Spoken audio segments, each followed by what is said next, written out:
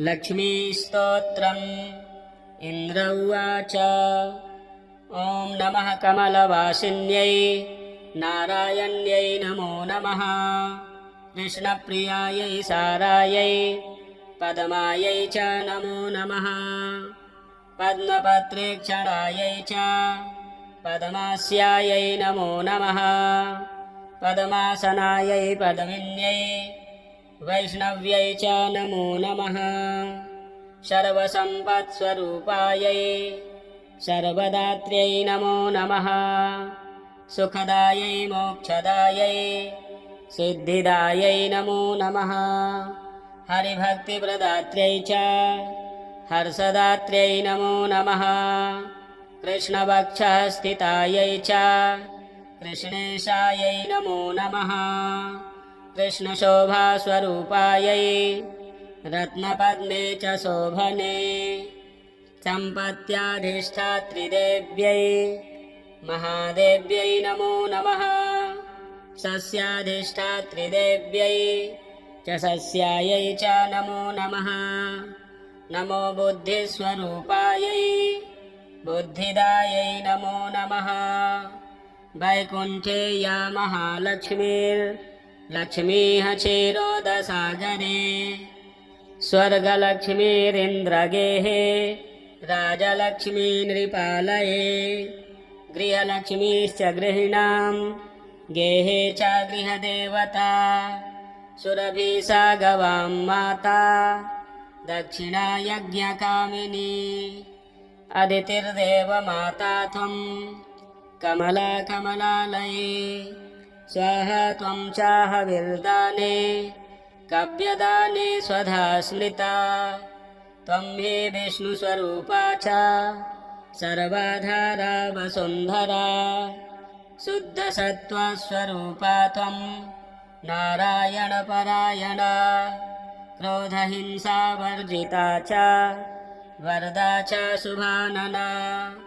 परमार्थप्रदा त्वं च हरिदास्यप्रदा परा यया विना जगत्सर्वं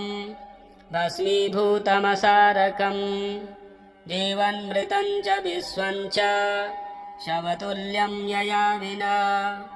सर्वेषां च परा त्वं हि सर्वबान्धवरूपिणी यया विना न सम्भास्यो बान्धवनैर्बान्धवः सदा त्वया हीनो बन्धुहीनस्त्वया युक्तः स बान्धवा धर्मार्थकाममोक्षाणां त्वं च कारणरूपिणी यथा माता स्तनन्धानां शिशूनां शैशवे सदा त्वया त्वं सर्वदा माता सर्वेषां सर्वरूपतः मातृहीनस्तनत्यक्तः स चेज्जीवति दैवतः त्वया हीनो जनः कोऽपि न जीवत्येव निश्चितम् सुप्रसन्नस्वरूपा त्वं मां प्रसन्ना भवाम्बिके वैरिगस्तं च विषयं देहि मह्यं सनातनी वयं यावत् त्वया हीना बन्धुहीनाश्च भिक्षुकाः सर्वसम्पद्विहीनाश्च तावदेव हरिप्रिये राज्यं देहि श्रियं देहि बलं देहि सुरेश्वरी कीर्तिं देहि धनं देहि यशो मह्यं च देहि वै कामं देहि मतिं देहि भोगान् देहि हरिप्रिये ज्ञानं देहि च धर्मं च सर्वसौभाग्यमीप्सितम् प्रभावं च प्रतापं च सर्वाधिकारमेव च जयं पराक्रमं युद्धे परमैश्वर्यमेव च इत्युक्त्वा च महेन्द्रश्च सर्वैः सुरगणैः सह प्रणनाम साश्रुनेत्रो मूर्धना चैव पुनः पुनः ब्रह्मा च शङ्करश्चैव शेषो धर्मश्च केशवः सर्वे चक्रुः परिहारं सुरार्थे च पुनः पुनः देवेभ्यश्च वरं दत्त्वा पुष्पमालां सुमनोहरां केशवाय ददौ लक्ष्मीः सन्तुष्टाः सुरसंसदि ययुर्देवाश्च सन्तुष्टाः स्वं स्वं स्थानं च नारद देवी ययौ हरेः क्रोडं हृष्टाचिरोदसायिनः ययतुश्चैव स्वगृहं ब्रह्मेशानौ च नारद दत्त्वा सुभाषिसं तौ च देवेभ्यः प्रीतिपूर्वकम् इदं स्तोत्रं महापुण्यं त्रिसन्ध्यं यः पठेन्नरः कुबेरतुल्यः स भवेत् राजराजेश्वरो महान् सिद्धस्तोत्रं यदि पठेत् सोऽपि कल्पतरुर्नरः पञ्चलक्षजपेनैव स्तोत्रसिद्धिर्भवेन्नृणाम् सिद्धिस्तोत्रं यदि पठेन् मासमेकं च संयतः महासुखे च राजेन्द्रो भविष्यति न संशयः इन्द्र उवाच ॐ नमः कमलवासिन्यै नारायण्यै नमो नमः कृष्णप्रियायै सारायै पद्मायै च नमो नमः पद्मपत्रेक्षणायै च पद्मास्यायै नमो नमः पद्मासनायै पद्मिन्यै वैष्णव्यै च नमो नमः सर्वसम्पत्स्वरूपायै सर्वदात्र्यै नमो नमः सुखदायै मोक्षदायै सिद्धिदायै नमो नमः हरिभक्तिप्रदात्र्यै च हर्षदात्र्यै नमो नमः कृष्णवक्षः स्थितायै च कृष्णेशायै नमो नमः कृष्णशोभास्वरूपायै रत्नपद्मे च शोभने सम्पत्याधिष्ठात्रिदेव्यै महादेव्यै नमो नमः सस्याधिष्ठात्रिदेव्यै च सस्यायै च नमो नमः नमो बुद्धिस्वरूपायै बुद्धिदायै नमो नमः वैकुण्ठे या महालक्ष्मीर्लक्ष्मीः क्षीरोदसागरे स्वर्गलक्ष्मीरिन्द्रगेः राजलक्ष्मी नृपालये गृहलक्ष्मीश्च गृहिणां गेहे च गृहदेवता सुरभिसा गवां माता दक्षिणा यज्ञकामिनी अदितिर्देवमाता त्वं कमला कमलालये स्वाहा त्वं चाहविर्दाने काव्यदाने स्वधा स्मृता त्वं हे विष्णुस्वरूपा च सर्वाधारा वसुन्धरा शुद्धसत्त्वस्वरूपा त्वं नारायणपरायणा क्रोधहिंसावर्जिता च वरदा च शुभानना परमार्थप्रदा त्वं च हरिदास्यप्रदा परा यया विना जगत्सर्वं भस्मीभूतमसारकं जीवन्मृतं च विश्वं च शवतुल्यं यया विना सर्वेषां च परा त्वं हि सर्वबान्धवरूपिणी यया विना न सम्भास्यो बान्धवनैर्बान्धवः सदा त्वया हीनो बन्धुहीनस्त्वया युक्तः स बान्धवा धर्मार्थकाममोक्षाणां त्वं च कारणरूपिणी यथा माता स्तनन्धानां शिशूनां शैशवे सदा त्वया त्वं सर्वदा माता सर्वेषां सर्वरूपतः मातृहीनस्तनत्यक्तः स चेज्जीवति दैवतः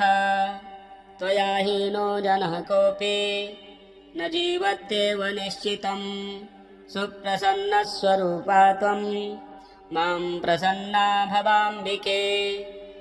वैरिग्रस्तं च विषयं देहि मह्यं सनातनी वयं यावत् त्वया हीना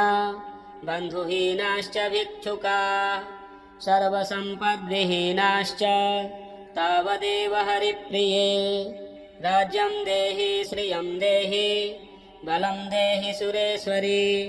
कीर्तिं देहि धनं देहि यशो मह्यं च देहि वै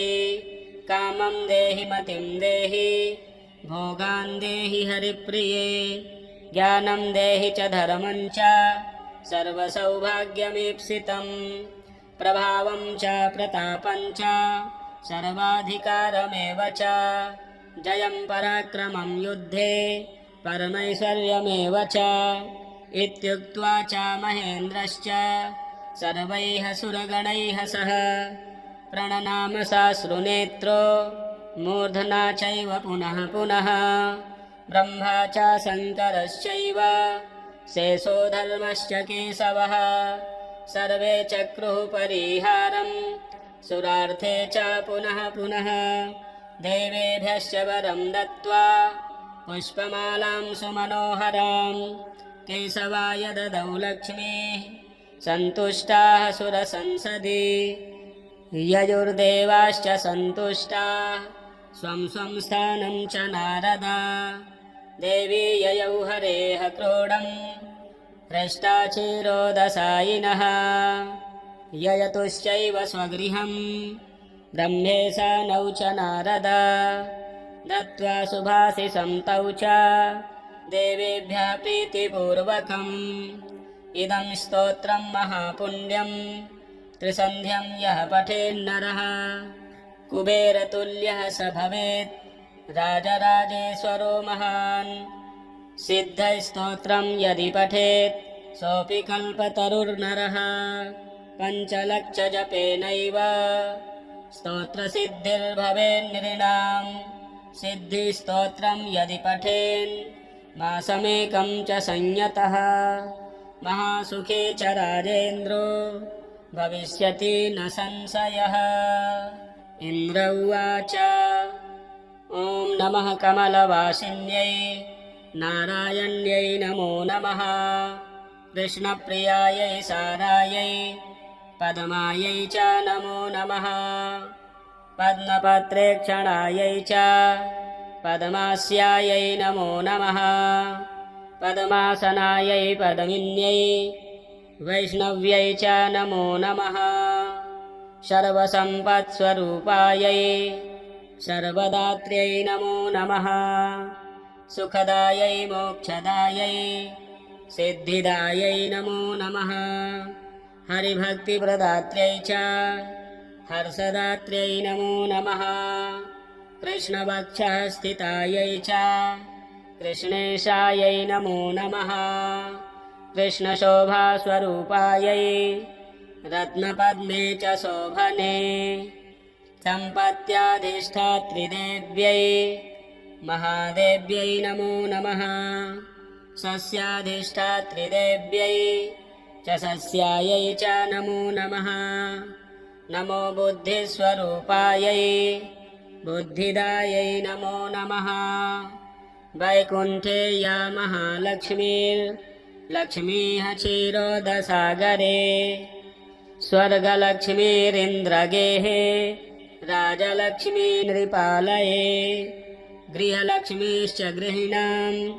गेहे च गृहदेवता सुरभिसा गवां माता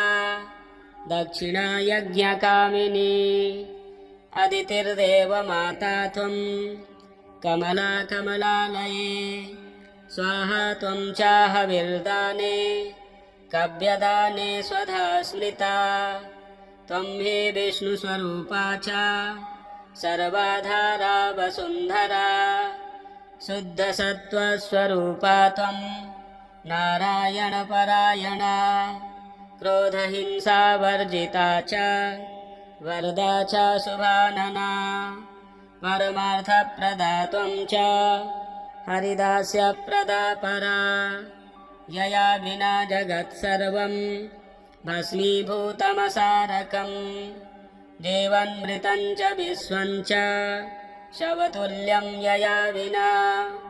सर्वेषां च परा त्वं हि सर्वबान्धवरूपिणी यया विना न सम्भास्यो बान्धवनैर्बान्धवः सदा त्वया हीनो बन्धुहेनस् त्वया युक्तः स बान्धवा धर्मार्थकाममोक्षाणां त्वं च कारणरूपिणे यथा मातास्तनन्धानां शिशूनां शैशवे सदा त्वया त्वं सर्वदा माता सर्वेषां सर्वरूपतः मातृहीनस्तनत्यक्तः स चेज्जीवति दैवतः त्वया हीनो जनः कोऽपि न जीवत्येव निश्चितं सुप्रसन्नस्वरूपा त्वं मां प्रसन्ना भवाम्बिके वैरिग्रस्तं च विषयं देहि मह्यं सनातनी वयं यावत् त्वया हीना बन्धुहीनाश्च भिक्षुकाः सर्वसम्पद्विहीनाश्च तावदेव हरिप्रिये राज्यं देहि श्रियं देहि बलं देहि सुरेश्वरी कीर्तिं देहि धनं देहि यशो मह्यं च देहि वै कामं देहि मतिं देहि भोगान् देहि हरिप्रिये ज्ञानं देहि च धर्मं च सर्वसौभाग्यमीप्सितं प्रभावं च प्रतापं च सर्वाधिकारमेव च जयं पराक्रमं युद्धे परमैश्वर्यमेव च इत्युक्त्वा च महेन्द्रश्च सर्वैः सुरगणैः सह प्रणनाम साश्रुनेत्रो मूर्धना चैव पुनः पुनः ब्रह्मा च शङ्करश्चैव शेषो धर्मश्च केशवः सर्वे चक्रुः परिहारं सुरार्थे च पुनः पुनः देवेभ्यश्च वरं दत्त्वा पुष्पमालां सुमनोहरां केशवाय ददौ लक्ष्मीः सन्तुष्टाः सुरसंसदि ययुर्देवाश्च सन्तुष्टाः स्वं स्वं स्थानं च नारद देवी ययौ हरेः क्रोडं हृष्टाक्षीरोदशायिनः ययतुश्चैव स्वगृहं ब्रह्मेशानौ च नारद दत्त्वा सुभाषिसं तौ च देवेभ्यः प्रीतिपूर्वकम् इदं स्तोत्रं महापुण्यं त्रिसन्ध्यं यः पठेन्नरः कुबेरतुल्यः स भवेत् राजराजेश्वरो महान् सिद्धस्तोत्रं यदि पठेत् सोऽपि कल्पतरुर्नरः पञ्चलक्षजपेनैव स्तोत्रसिद्धिर्भवेन्नृणां सिद्धिस्तोत्रं यदि पठेन् मासमेकं च संयतः महासुखे च राजेन्द्रो भविष्यति न संशयः इन्द्र उवाच ॐ नमः कमलवासिन्यै नारायण्यै नमो नमः कृष्णप्रियायै सारायै पद्मायै च नमो नमः पद्मपत्रेक्षणायै च पद्मास्यायै नमो नमः पद्मासनायै पद्मिन्यै वैष्णव्यै च नमो नमः सर्वसम्पत्स्वरूपायै सर्वदात्र्यै नमो नमः सुखदायै मोक्षदायै सिद्धिदायै नमो नमः हरिभक्तिप्रदात्र्यै च हर्षदात्र्यै नमो नमः कृष्णवक्षस्थितायै च कृष्णेशायै नमो नमः कृष्णशोभास्वरूपायै रत्नपद्मे च शोभने सम्पत्याधिष्ठात्रिदेव्यै महादेव्यै नमो नमः सस्याधिष्ठात्रिदेव्यै च सस्यायै च नमो नमः नमो बुद्धिस्वरूपायै बुद्धिदायै नमो नमः वैकुण्ठे या महालक्ष्मीर्लक्ष्मीः क्षीरोदसागरे स्वर्गलक्ष्मीरिन्द्रगेहे राजलक्ष्मी नृपालये गृहलक्ष्मीश्च गृहिणां गेहे च गृहदेवता सुरभिसा गवां माता दक्षिणा यज्ञकामिनी अदितिर्देवमाता त्वं कमला कमलालये स्वाहा त्वं चाहविर्दाने कव्यदाने स्वधा स्मृता त्वं हि विष्णुस्वरूपा च सर्वाधारा वसुन्धरा शुद्धसत्त्वस्वरूपा त्वं नारायणपरायणा क्रोधहिंसावर्जिता च वरदा च शुभानना परमार्थप्रदा त्वं च हरिदास्यप्रदा परा यया विना जगत्सर्वं भस्मीभूतमसारकम् जीवन्मृतं च विश्वं च शवतुल्यं यया विना सर्वेषां च परा त्वं हि सर्वबान्धवरूपिणी यया विना न सम्भास्यो बान्धवनैर्बान्धवः सदा त्वया हीनो बन्धुहीनस्त्वया युक्तः स बान्धवा धर्मार्थकाममोक्षाणां त्वं च कारणरूपिणी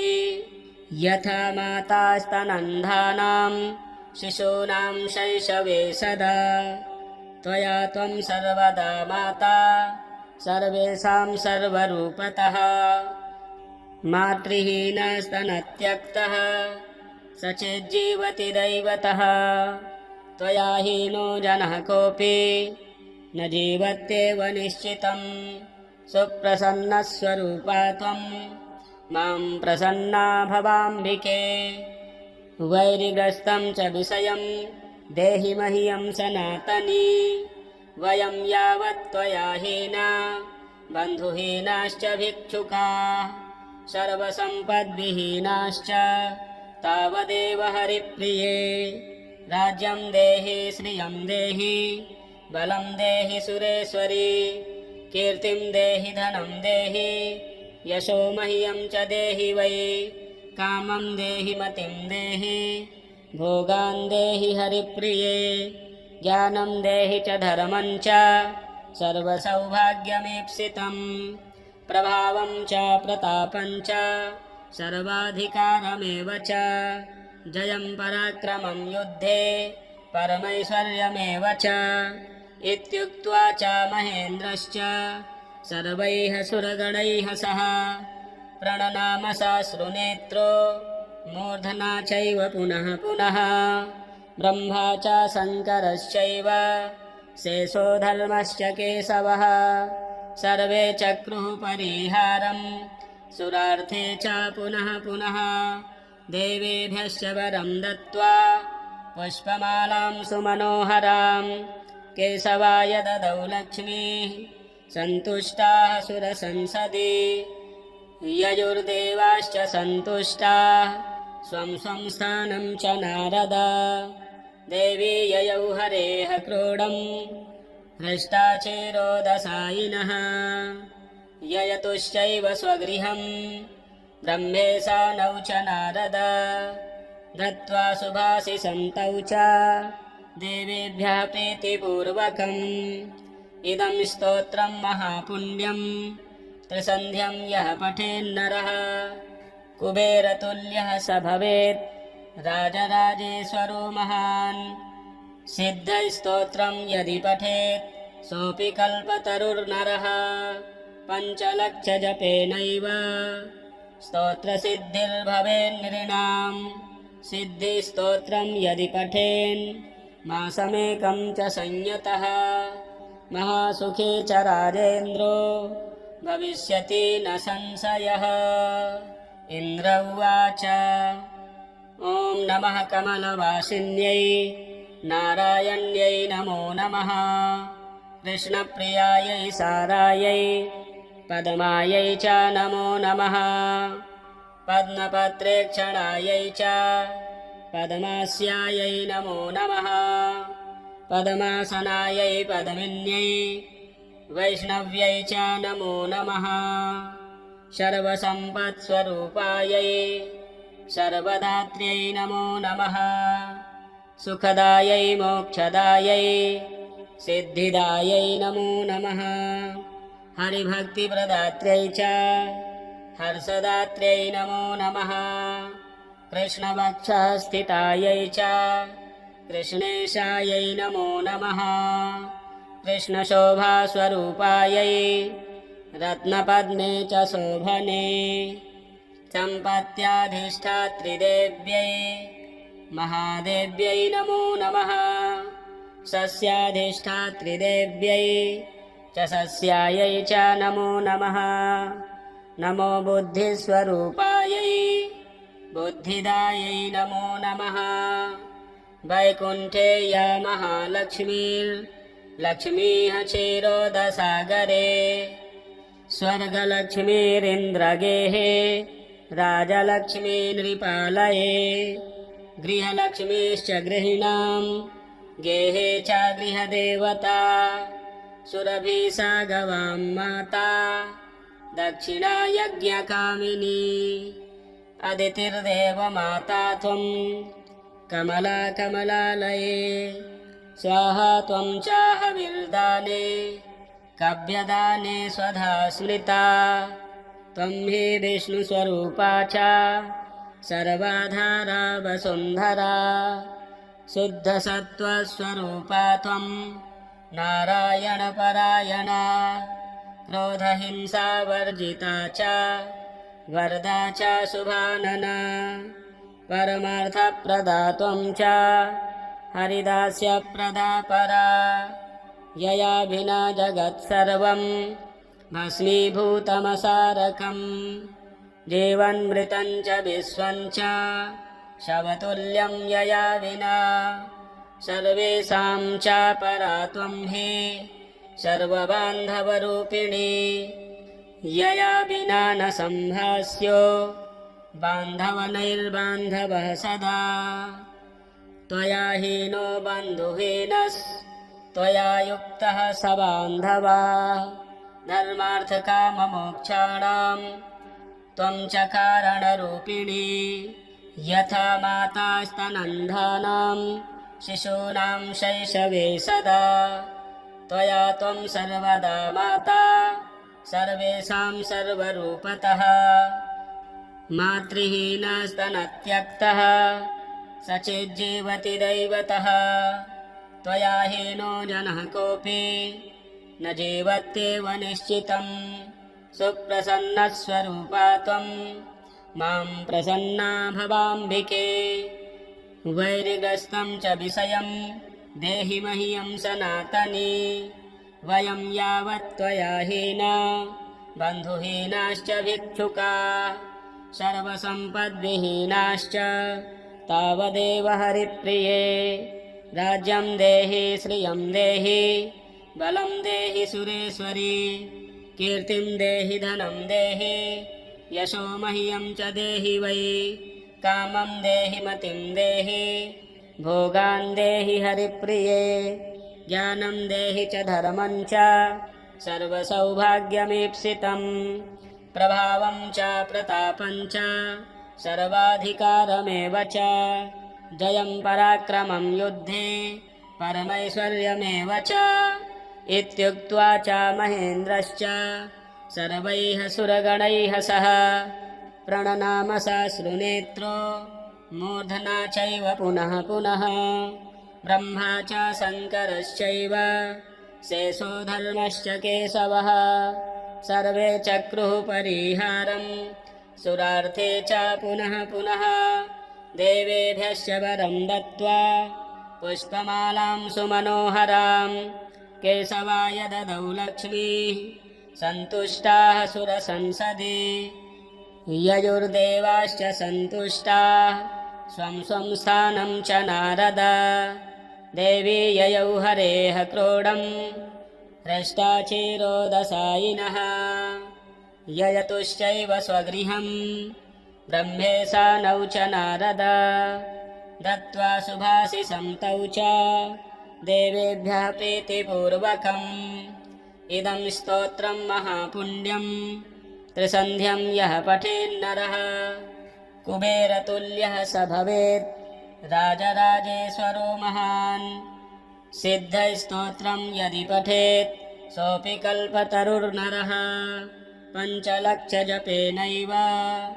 स्तोत्रसिद्धिर्भवेन्नृणां सिद्धिस्तोत्रं यदि पठेन् मासमेकं च संयतः महासुखी च राजेन्द्रो भविष्यति न संशयः। इन्द्र उवाच ॐ नमः कमलवासिन्यै नारायण्यै नमो नमः। कृष्णप्रियायै सारायै पद्मायै च नमो नमः। पद्मपत्रेक्षणायै च पद्मास्यायै नमो नमः। पद्मासनायै पद्मिन्यै वैष्णव्यै च नमो नमः। सर्वसम्पत्स्वरूपायै सर्वदात्र्यै नमो नमः। सुखदायै मोक्षदायै सिद्धिदायै नमो नमः। हरिभक्तिप्रदात्र्यै च हर्षदात्र्यै नमो नमः। कृष्णवक्षः स्थितायै च कृष्णेशायै नमो नमः। कृष्णशोभास्वरूपायै रत्नपद्मे च शोभने सम्पत्याधिष्ठात्रिदेव्यै महादेव्यै नमो नमः। सस्याधिष्ठात्रिदेव्यै च सस्यायै च नमो नमः। नमो बुद्धिस्वरूपायै बुद्धिदायै नमो नमः। वैकुण्ठे या महालक्ष्मीर्लक्ष्मीः क्षीरोदसागरे स्वर्गलक्ष्मीरिन्द्रगेहे राजलक्ष्मी नृपालये गृहलक्ष्मीश्च गृहिणां गेहे च गृहदेवता सुरभिसा गवां माता दक्षिणा यज्ञकामिनी अदितिर्देवमाता त्वं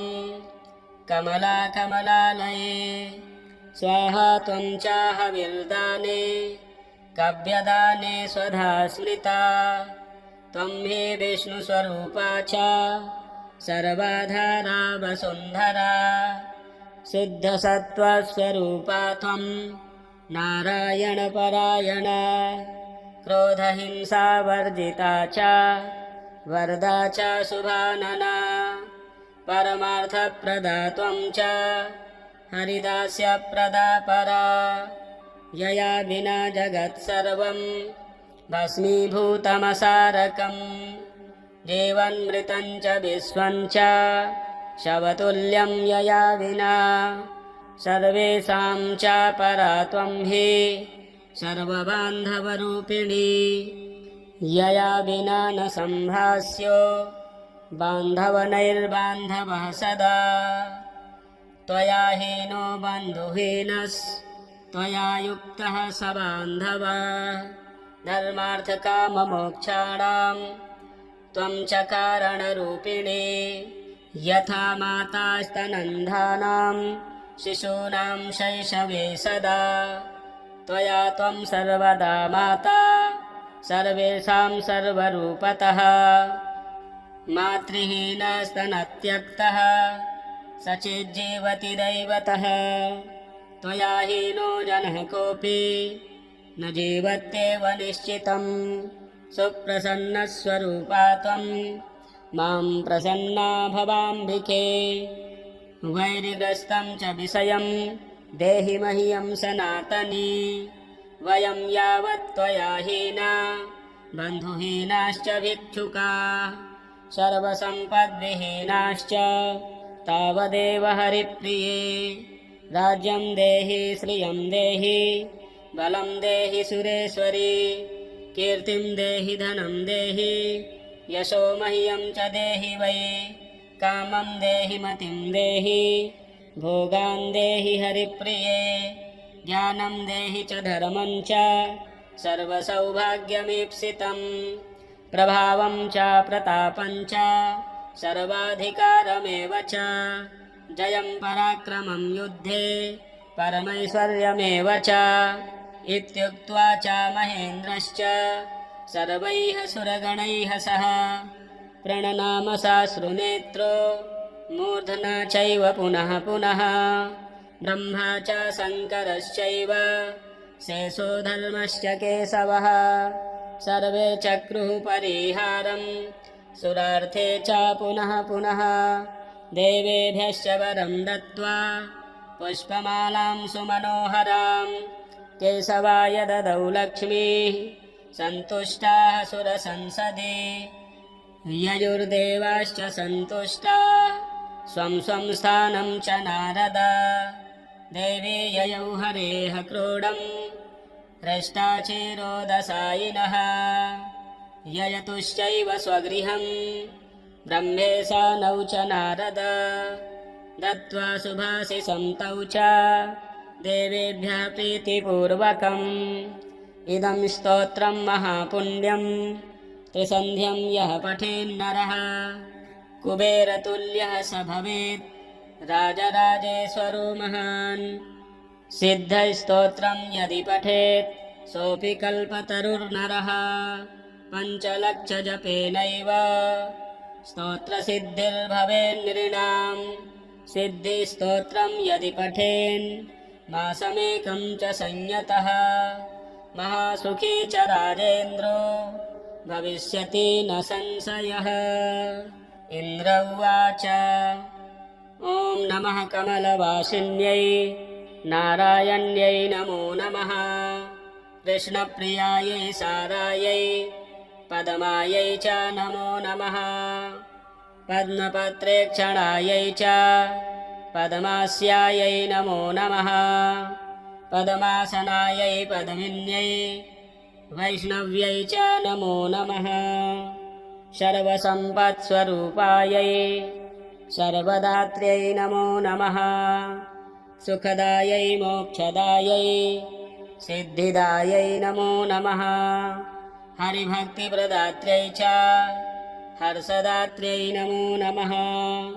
कृष्णवक्षस्थितायै च कृष्णेशायै नमो नमः कृष्णशोभास्वरूपायै रत्नपद्मे च शोभने सम्पत्याधिष्ठात्रिदेव्यै महादेव्यै नमो नमः सस्याधिष्ठात्रिदेव्यै च सस्यायै च नमो नमः नमो बुद्धिस्वरूपायै बुद्धिदायै नमो नमः वैकुण्ठे या महालक्ष्मीर्लक्ष्मीः क्षीरोदसागरे स्वर्गलक्ष्मीरिन्द्रगेः राजलक्ष्मी नृपालये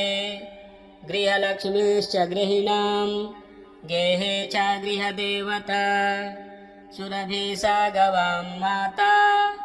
दक्षिणा यज्ञकामिनी अदितिर्देवमाता त्वं कमला कमलालये स्वाहा त्वं चाहविर्दाने कव्यदाने स्वधा स्मृता त्वं हि विष्णुस्वरूपा च सर्वाधारा वसुन्धरा शुद्धसत्त्वस्वरूपा त्वं नारायणपरायणा क्रोधहिंसावर्जिता च वरदा च शुभानना परमार्थप्रदा त्वं च हरिदास्यप्रदा परा यया विना जगत्सर्वं भस्मीभूतमसारकम् जीवन्मृतं च विश्वं च शवतुल्यं यया विना सर्वेषां च परा त्वं हि सर्वबान्धवरूपिणी यया विना न सम्भास्यो बान्धवनैर्बान्धवः सदा त्वया हीनो बन्धुहीनस्त्वया युक्तः स बान्धवा धर्मार्थकाममोक्षाणां त्वं च कारणरूपिणी यथा मातास्तनन्धानां शिशूनां शैशवे सदा त्वया त्वं सर्वदा माता सर्वेषां सर्वरूपतः मातृहीनस्तनत्यक्तः स चेज्जीवति दैवतः त्वया हीनो जनः कोऽपि न जीवत्येव निश्चितं सुप्रसन्नस्वरूपा त्वं मां प्रसन्ना भवाम्बिके वैरिग्रस्तं च विषयं देहि मह्यं सनातनी वयं यावत् त्वया हीना बन्धुहीनाश्च भिक्षुका सर्वसम्पद्विहीनाश्च तावदेव हरिप्रिये राज्यं देहि श्रियं देहि बलं देहि सुरेश्वरी कीर्तिं देहि धनं देहि यशो मह्यं च देहि वै कामं देहि मतिं देहि भोगान् देहि हरिप्रिये ज्ञानं देहि च धर्मं च सर्वसौभाग्यमीप्सितं प्रभावं च प्रतापं च सर्वाधिकारमेव च जयं पराक्रमं युद्धे परमैश्वर्यमेव च इत्युक्त्वा च महेन्द्रश्च सर्वैः सुरगणैः सह प्रणनाम साश्रुनेत्रो मूर्धना चैव पुनः पुनः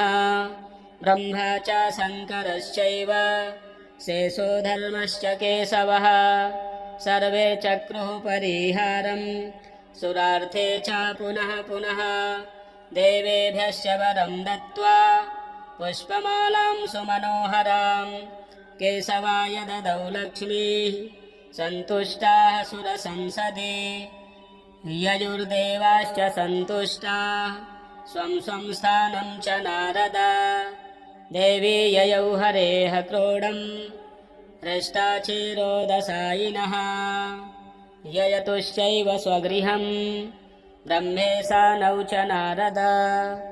दत्त्वा शुभाशिषं तौ च देवेभ्यः प्रीतिपूर्वकम् इदं स्तोत्रं महापुण्यं त्रिसन्ध्यं यः पठेन्नरः कुबेरतुल्यः स भवेत् राजराजेश्वरो महान् सिद्धस्तोत्रं यदि पठेत् सोऽपि कल्पतरुर्नरः पञ्चलक्षजपेनैव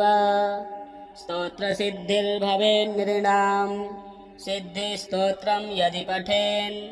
मासमेकं च संयतः महासुखी च राजेन्द्रो भविष्यति न संशयः इन्द्र उवाच ॐ नमः कमलवासिन्यै नारायण्यै नमो नमः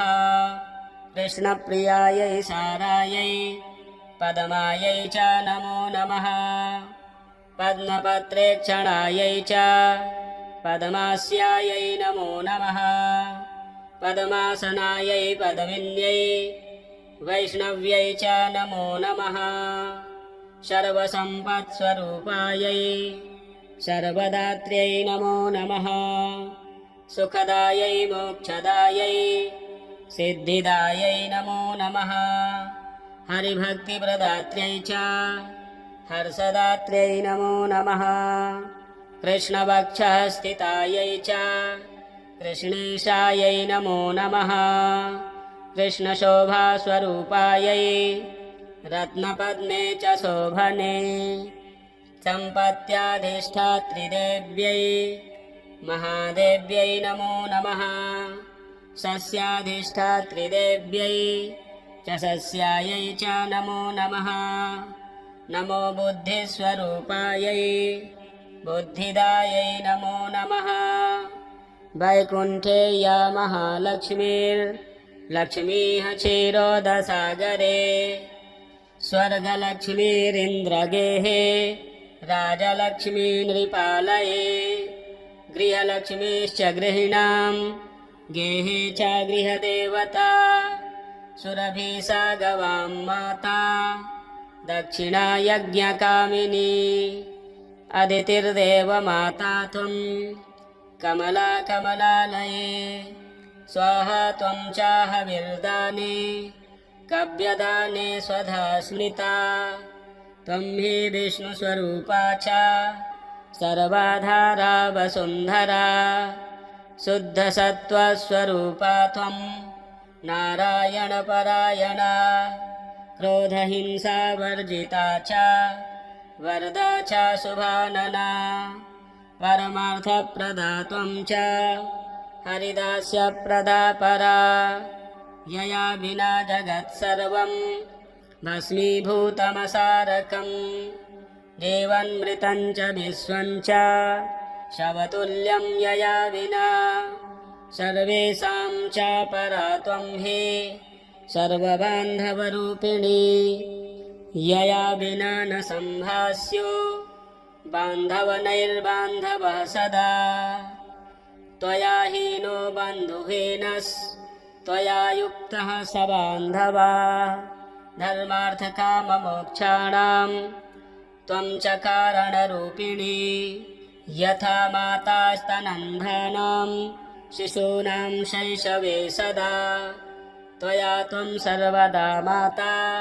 सर्वेषां सर्वरूपतः मातृहीनस्तनत्यक्तः स चेज्जीवति दैवतः त्वया हीनो जनः कोऽपि न जीवत्येव निश्चितं सुप्रसन्नस्वरूपा त्वं मां प्रसन्ना भवाम्बिके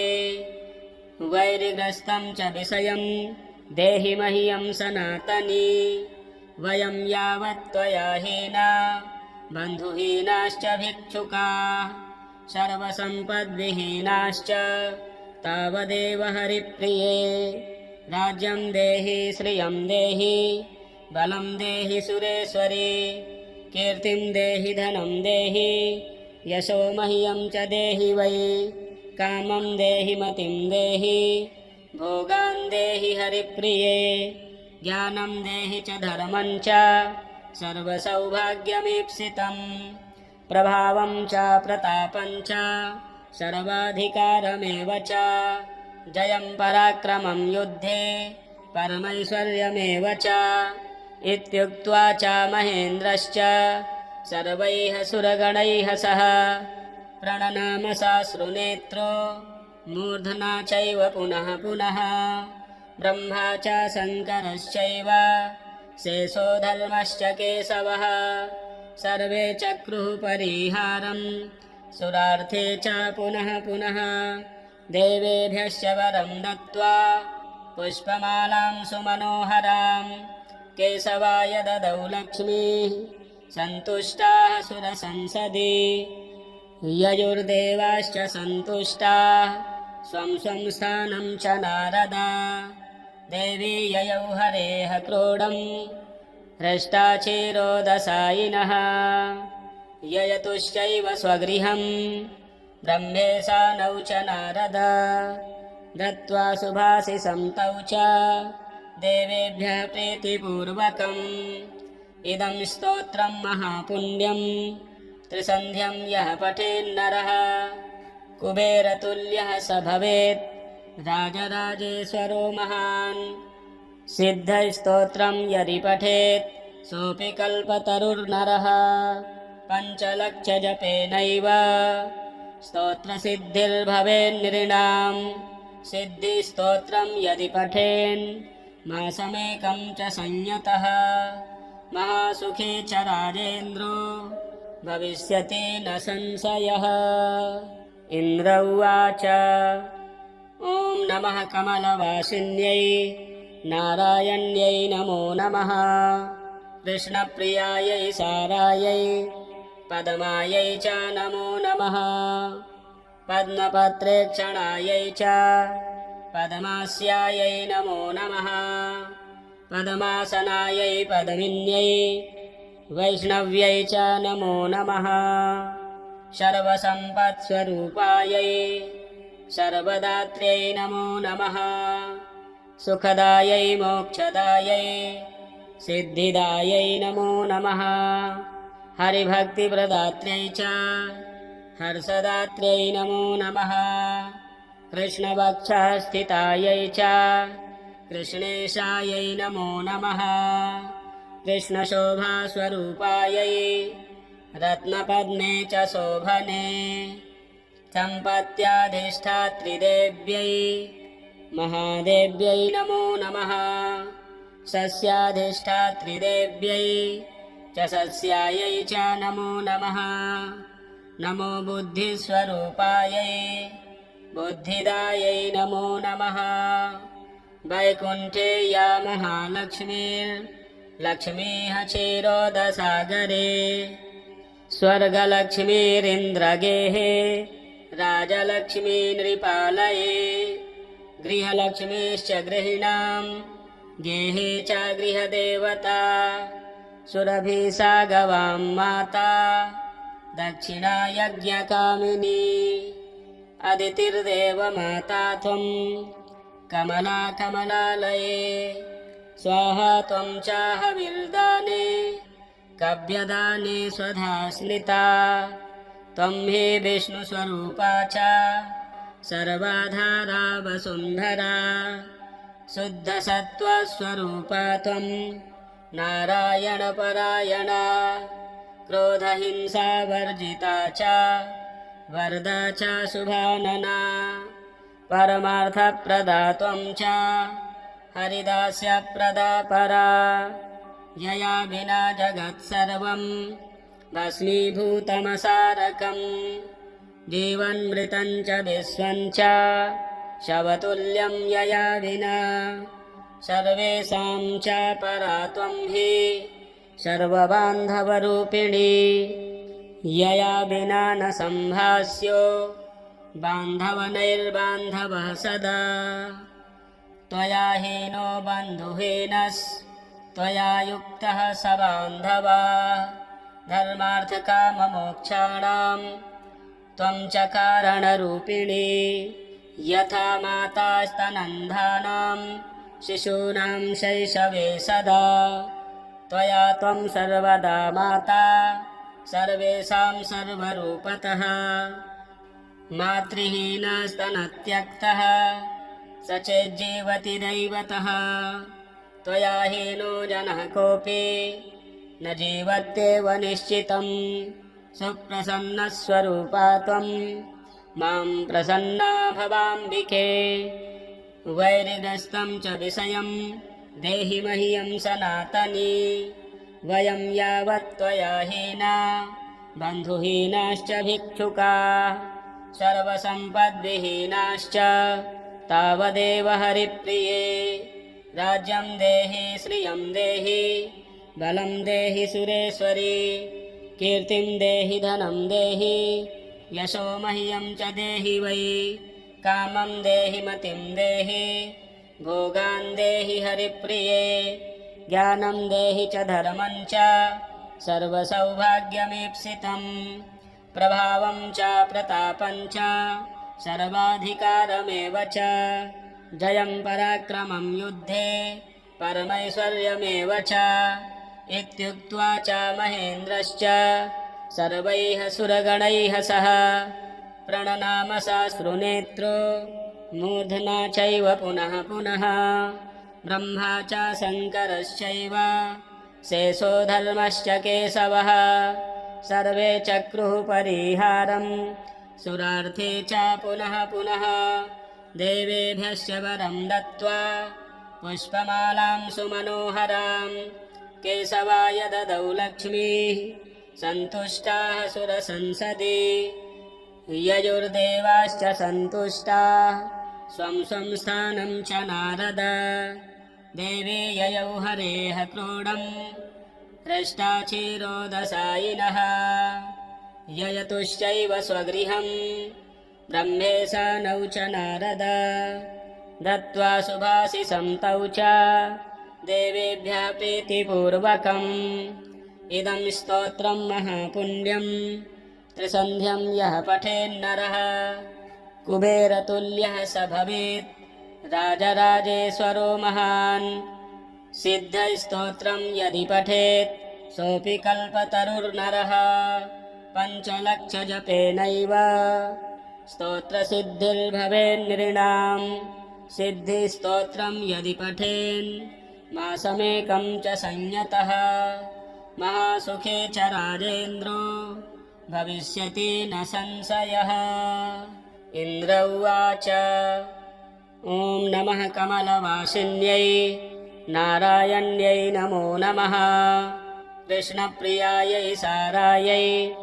पद्मायै च नमो नमः पद्मपत्रेक्षणायै च पद्मास्यायै नमो नमः पद्मासनायै पद्मिन्यै वैष्णव्यै च नमो नमः सर्वसम्पत्स्वरूपायै सर्वदात्र्यै नमो नमः सुखदायै मोक्षदायै सिद्धिदायै नमो नमः। हरिभक्तिप्रदात्र्यै च हर्षदात्र्यै नमो नमः। कृष्णवक्षः स्थितायै च कृष्णेशायै नमो नमः। कृष्णशोभास्वरूपायै रत्नपद्मे च शोभने सम्पत्याधिष्ठात्रिदेव्यै महादेव्यै नमो नमः। सस्याधिष्ठात्रिदेव्यै च सस्यायै च नमो नमः। नमो बुद्धिस्वरूपायै बुद्धिदायै नमो नमः। वैकुण्ठे या महालक्ष्मीर्लक्ष्मीः क्षीरोदसागरे स्वर्गलक्ष्मीरिन्द्रगेः राजलक्ष्मी नृपालये गृहलक्ष्मीश्च गृहिणां गेहे च गृहदेवता सुरभि सा गवां माता दक्षिणा यज्ञकामिनी अदितिर्देवमाता त्वं कमला कमलालये स्वाहा त्वं च हविर्दाने काव्यदाने स्वधा स्मृता त्वं हि विष्णुस्वरूपा च सर्वाधारा वसुन्धरा शुद्धसत्त्वस्वरूपा त्वं नारायणपरायणा क्रोधहिंसावर्जिता च वरदा च शुभानना परमार्थप्रदा त्वं च हरिदास्यप्रदा परा यया विना जगत्सर्वं भस्मीभूतमसारकम् जीवन्मृतं च विश्वं च शवतुल्यं यया विना सर्वेषां च परा त्वं हि सर्वबान्धवरूपिणी यया विना न सम्भास्यो बान्धवनैर्बान्धवः सदा त्वया हीनो बन्धुहीनस्त्वया युक्तः स बान्धवा धर्मार्थकाममोक्षाणां त्वं च कारणरूपिणी यथा माता स्तनन्धानां शिशूनां शैशवे सदा त्वया त्वं सर्वदा माता सर्वेषां सर्वरूपतः मातृहीनस्तनत्यक्तः स चेज्जीवति दैवतः त्वया हीनो जनः कोऽपि न जीवत्येव निश्चितं सुप्रसन्नस्वरूपा त्वं मां प्रसन्ना भवाम्बिके वैरिग्रस्तं च विषयं देहि मह्यं सनातनी वयं यावत् त्वया हीना बन्धुहीनाश्च भिक्षुकाः सर्वसम्पद्विहीनाश्च तावदेव हरिप्रिये राज्यं देहि श्रियं देहि बलं देहि सुरेश्वरी कीर्तिं देहि धनं देहि यशो मह्यं च देहि वै कामं देहि मतिं देहि भोगान् देहि हरिप्रिये ज्ञानं देहि च धर्मं च सर्वसौभाग्यमीप्सितं प्रभावं च प्रतापं च सर्वाधिकारमेव च जयं पराक्रमं युद्धे परमैश्वर्यमेव च इत्युक्त्वा च महेन्द्रश्च सर्वैः सुरगणैः सह प्रणनाम साश्रुनेत्रो मूर्धना चैव पुनः पुनः ब्रह्मा च शङ्करश्चैव शेषो धर्मश्च केशवः सर्वे चक्रुः परिहारं सुरार्थे च पुनः पुनः देवेभ्यश्च वरं दत्त्वा पुष्पमालां सुमनोहरां केशवाय ददौ लक्ष्मीः सन्तुष्टाः सुरसंसदि ययुर्देवाश्च सन्तुष्टाः स्वं स्वं स्थानं च नारद देवी ययौ हरेः क्रोडं हृष्टाचिरोदसायिनः ययतुश्चैव स्वगृहं ब्रह्मेशानौ च नारद दत्त्वा सुभाषिषं तौ च देवेभ्यः प्रीतिपूर्वकम् इदं स्तोत्रं महापुण्यं त्रिसन्ध्यं यः पठेन्नरः कुबेरतुल्यः स भवेत् राजराजेश्वरो महान् सिद्धस्तोत्रं यदि पठेत् सोऽपि कल्पतरुर्नरः पञ्चलक्षजपेनैव स्तोत्रसिद्धिर्भवेन्नृणां सिद्धिस्तोत्रं यदि पठेन् मासमेकं च संयतः महासुखी च राजेन्द्रो भविष्यति न संशयः। इन्द्र उवाच ॐ नमः कमलवासिन्यै नारायण्यै नमो नमः कृष्णप्रियायै सारायै पद्मायै च नमो नमः पद्मपत्रेक्षणायै च पद्मास्यायै नमो नमः पद्मासनायै पद्मिन्यै वैष्णव्यै च नमो नमः सर्वसम्पत्स्वरूपायै सर्वदात्र्यै नमो नमः सुखदायै मोक्षदायै सिद्धिदायै नमो नमः हरिभक्तिप्रदात्र्यै च हर्षदात्र्यै नमो नमः कृष्णवक्षस्थितायै च कृष्णेशायै नमो नमः कृष्णशोभास्वरूपायै रत्नपद्मे च शोभने सम्पत्याधिष्ठात्रिदेव्यै महादेव्यै नमो नमः सस्याधिष्ठात्रिदेव्यै च सस्यायै च नमो नमः नमो बुद्धिस्वरूपायै बुद्धिदायै नमो नमः वैकुण्ठे या महालक्ष्मीर्लक्ष्मीः क्षीरोदसागरे स्वर्गलक्ष्मीरिन्द्रगेहे राजलक्ष्मी नृपालये गृहलक्ष्मीश्च गृहिणां गेहे च गृहदेवता सुरभि सा गवां माता दक्षिणा यज्ञकामिनी अदितिर्देवमाता त्वं कमला कमलालये स्वाहा त्वं चाहविर्दाने कव्यदाने स्वधा स्मृता त्वं हि विष्णुस्वरूपा च सर्वाधारा वसुन्धरा शुद्धसत्त्वस्वरूपा त्वं नारायणपरायणा क्रोधहिंसावर्जिता च वरदा च शुभानना परमार्थप्रदा त्वं च हरिदास्यप्रदा परा यया विना जगत्सर्वं भस्मीभूतमसारकम् जीवन्मृतं च विश्वं च शवतुल्यं यया विना सर्वेषां च परा त्वं हि सर्वबान्धवरूपिणी यया विना न सम्भास्यो बान्धवनैर्बान्धवः सदा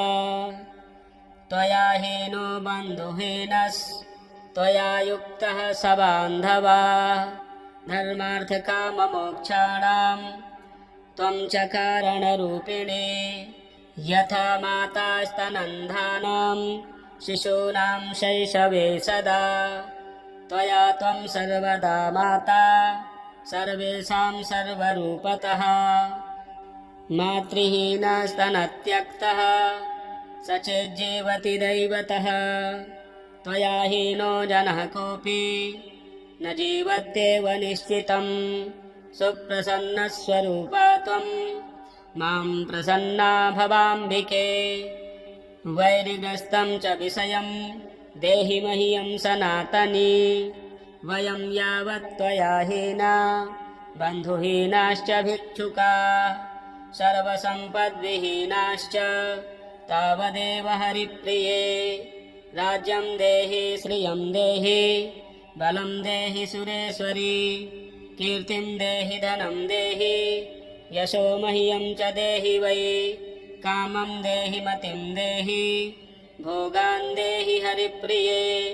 ज्ञानं देहि च धर्मं च सर्वसौभाग्यमीप्सितं प्रभावं च प्रतापं च सर्वाधिकारमेव च जयं पराक्रमं युद्धे परमैश्वर्यमेव च इत्युक्त्वा च महेन्द्रश्च सर्वैः सुरगणैः सह प्रणनाम साश्रुनेत्रो मूर्धना चैव पुनः पुनः ब्रह्मा च शङ्करश्चैव शेषो धर्मश्च केशवः सर्वे चक्रुः परिहारं सुरार्थे च पुनः पुनः देवेभ्यश्च वरं दत्त्वा पुष्पमालां सुमनोहरां केशवाय ददौ लक्ष्मीः सन्तुष्टाः सुरसंसदि ययुर्देवाश्च सन्तुष्टाः स्वं स्वं स्थानं च नारद देवी ययौ हरेः क्रोडं हृष्टाचीरोदशायिनः ययतुश्चैव स्वगृहं ब्रह्मेशानौ च नारद दत्त्वा सुभाषिसं तौ च देवेभ्यः प्रीतिपूर्वकम् इदं स्तोत्रं महापुण्यं त्रिसन्ध्यं यः पठेन्नरः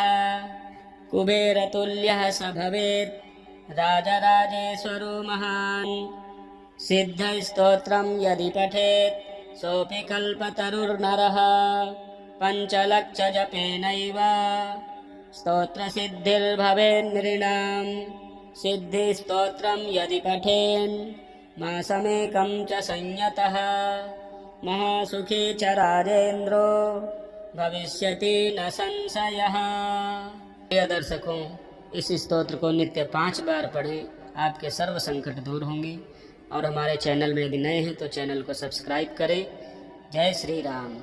जय श्री राम, जय श्री राम, जय श्री राम, जय श्री राम।